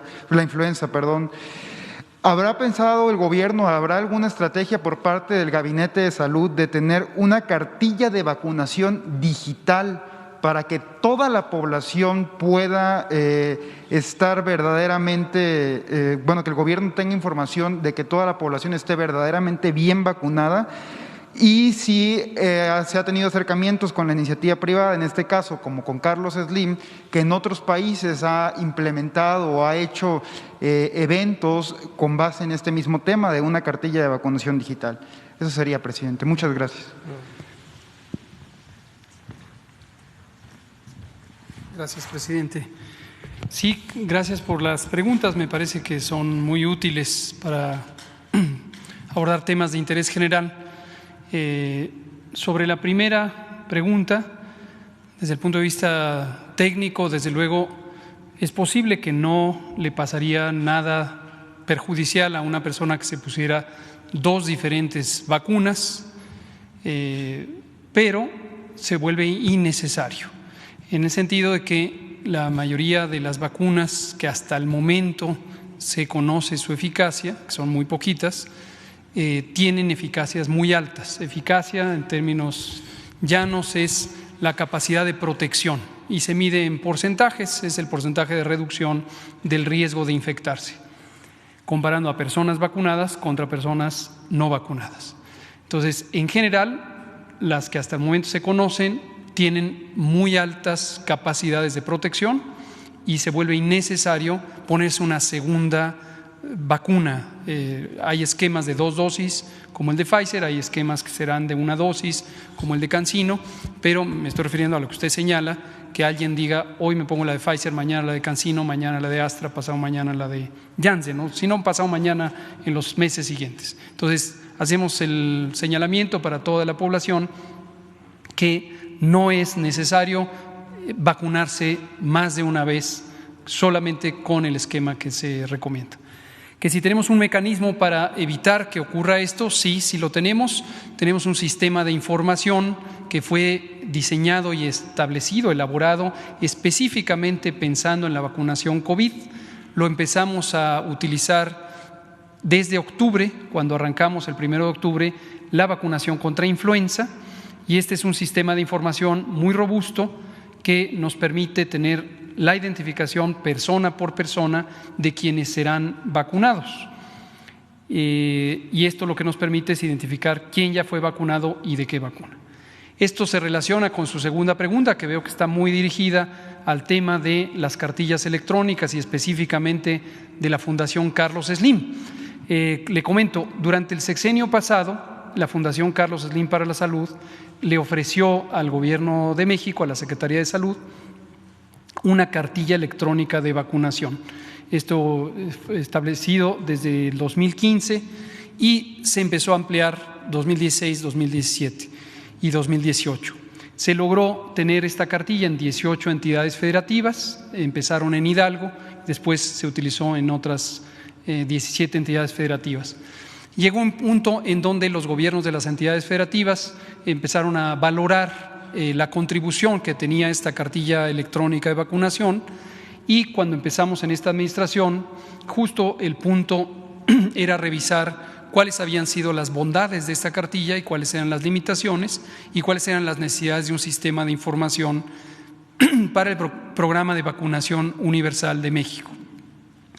Durante 2019, en el Consejo Nacional de Salud, esta reflexión se estuvo manteniendo abierta, y lo que encontramos por consenso del Consejo Nacional de Salud, que está representado por los 32 entidades federativas y lo preside el secretario de Salud, y también participan las personas directoras de las instituciones nacionales de salud, tanto civiles como militares, fue que esta cartilla, si bien tuvo algunas ventajas para el nivel operativo, tenía un chip electrónico, se usaba con unas tabletas electrónicas, que las primeras las donó la Fundación Carlos Slim, las siguientes había que comprarlas.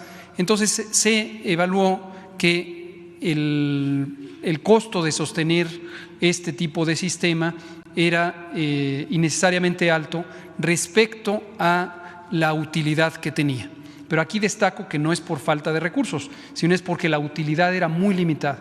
Tenía varios elementos que son dignos de mención, insisto, que facilitaban el trabajo de la persona vacunadora, pero estaba muy lejos de ser un sistema nacional de información para el Programa Nacional de Vacunación. Regreso a mi primer comentario, a la primera pregunta.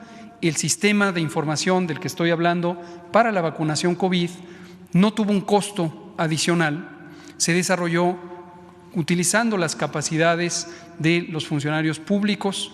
Destaco en particular la persona titular de la Política Digital Nacional, Emiliano Calderón, y también del ingeniero César Vélez Andrade, quien es el director general de Tecnologías de Información de la Secretaría de Salud. Y en un tiempo sorprendentemente corto, comparado con lo habitual del desarrollo de sistemas de información, desarrollaron un sistema muy robusto, muy robusto, que nos permitirá tener un sistema de información nacional para el Programa Nacional de Vacunación de manera inmediata. Se estrenará precisamente con COVID-19, pero será para uso de todo el sistema de vacunación, todo el programa. Muchas gracias. Una más, la compañera, porque tenemos invitados especiales y no los queremos aburrir. Gracias, presidente. Buenos días. Justo de lo que hablaba hace un rato, de pues pedir a la población el apoyo para que no haya influyentismo en la distribución de las vacunas. Me voy a quitar esto. Tenemos una denuncia que no hemos comprobado nosotros, lo advierto, pero que nos hicieron llegar sobre el Hospital Militar de Rayón en el Estado de México, donde nos decían que se aplicó la vacuna al director del Hospital López Mateos y a toda su familia. Entonces, lo que les quería preguntar es si hay algún sistema o cómo están haciendo un sistema de vigilancia para que no ocurran este tipo de cosas. Eso por un lado, y luego por el otro lado, ayer hubo un hashtag en Twitter en México y en otros países que decía yo no me vacuno. Entonces quería preguntarle, aprovechando que están aquí el doctor Alcocer o alguno de los directores del sector salud, ¿qué implicaciones puede tener pues que se haga masiva esta idea de no vacunarse y qué riesgos puede haber reales sobre la vacuna, que mucha gente piensa que pues es como una ruleta rusa o alguna cosa así, ¿no? Bueno, primero estamos insistiendo mucho en que se actúe con honestidad. Y lo que acabas de denunciar seguramente se va a investigar para ver si es cierto, ¿no? De ser así, pues se va a actuar, se van a tomar medidas, porque hemos estado hablando del tema bastante. Es enfrentar siglos de influyentismo, siglos de influyentismo. Es una de las calamidades, ¿no?, que se han padecido en México. Entonces, lo más importante es recurrir a la gente, porque tenemos un pueblo responsable y consciente. Antes, como no se hablaba de estos temas, hasta se pensaba que era normal el influyentismo. Todavía sigue pasando que de repente hablan para decir, es que mi hija no pasó el examen, ayude, está desesperada.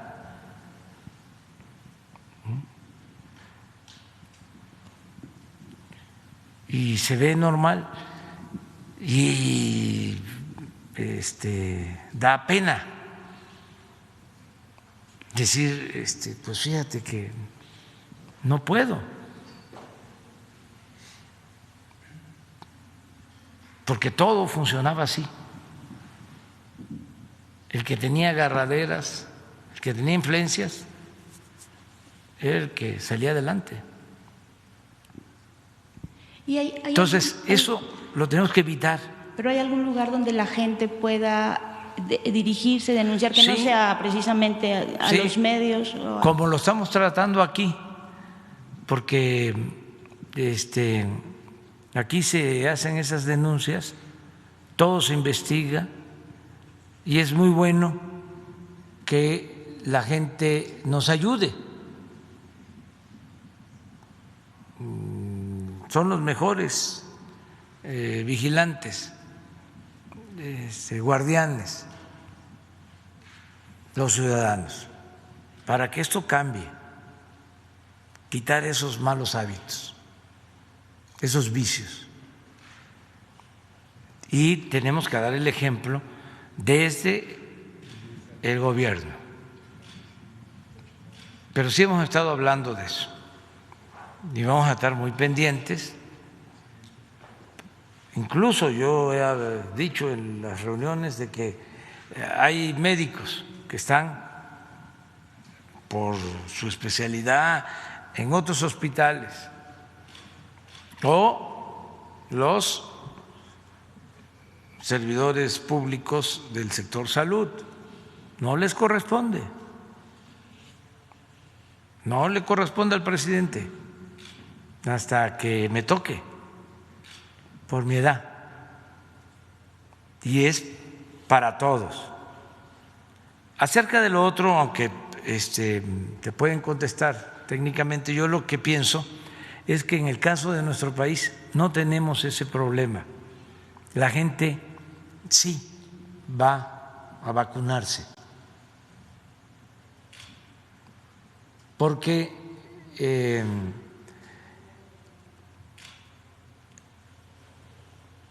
hay una tradición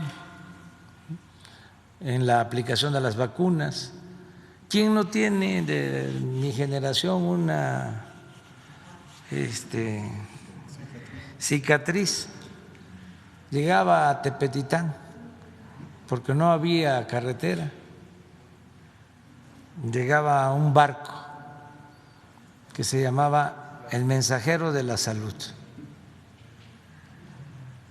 y los que estábamos en primaria nos preocupábamos mucho porque ahí llegaban a vacunarnos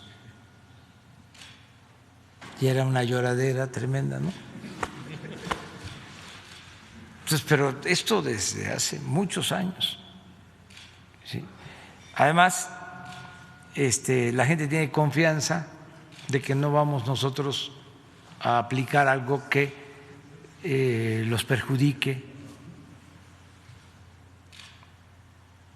No creo yo pues que haya ningún problema en ese sentido. De todas maneras, vamos a estar informando de que debemos de vacunarnos todos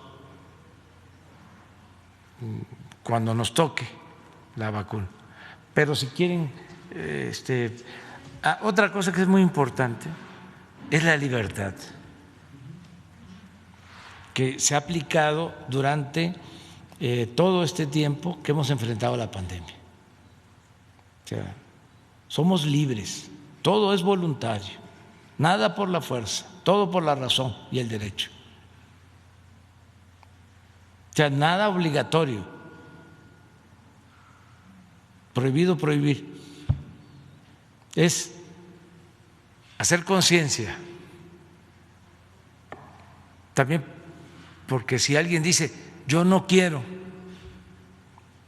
que me vacunen, pues es su decisión y se respeta. Somos libres, nada más que hay que convencer de que sí es importante la vacuna, convencer. Sí, gracias, señor presidente.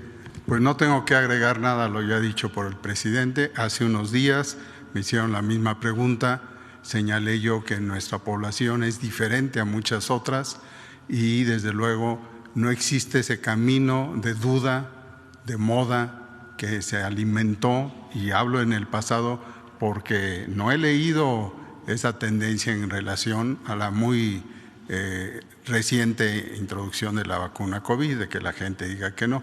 Hay opiniones y esas opiniones, como ya señala el señor presidente, con toda libertad las pueden tener, pero pienso que lo contrario es lo que está sucediendo. Ya se está exigiendo la vacuna, ya está pensando en ella, ya se está acelerando la necesidad de tenerla, pero nosotros estamos con lo que ya se expuso, todo un plan que va a funcionar y que el quien no se quiera vacunar, que por cierto, en ciertos momentos de otras consideraciones, de otras necesidades, es la gente joven.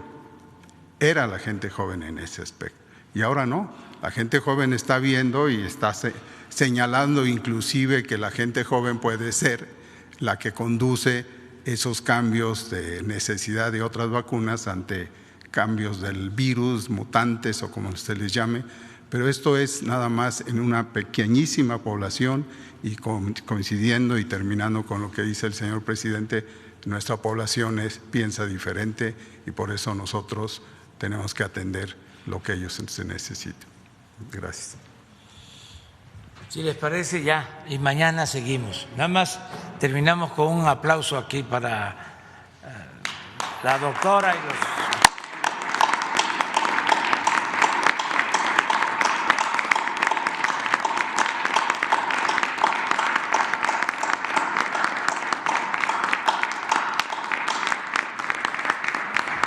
Felicidades.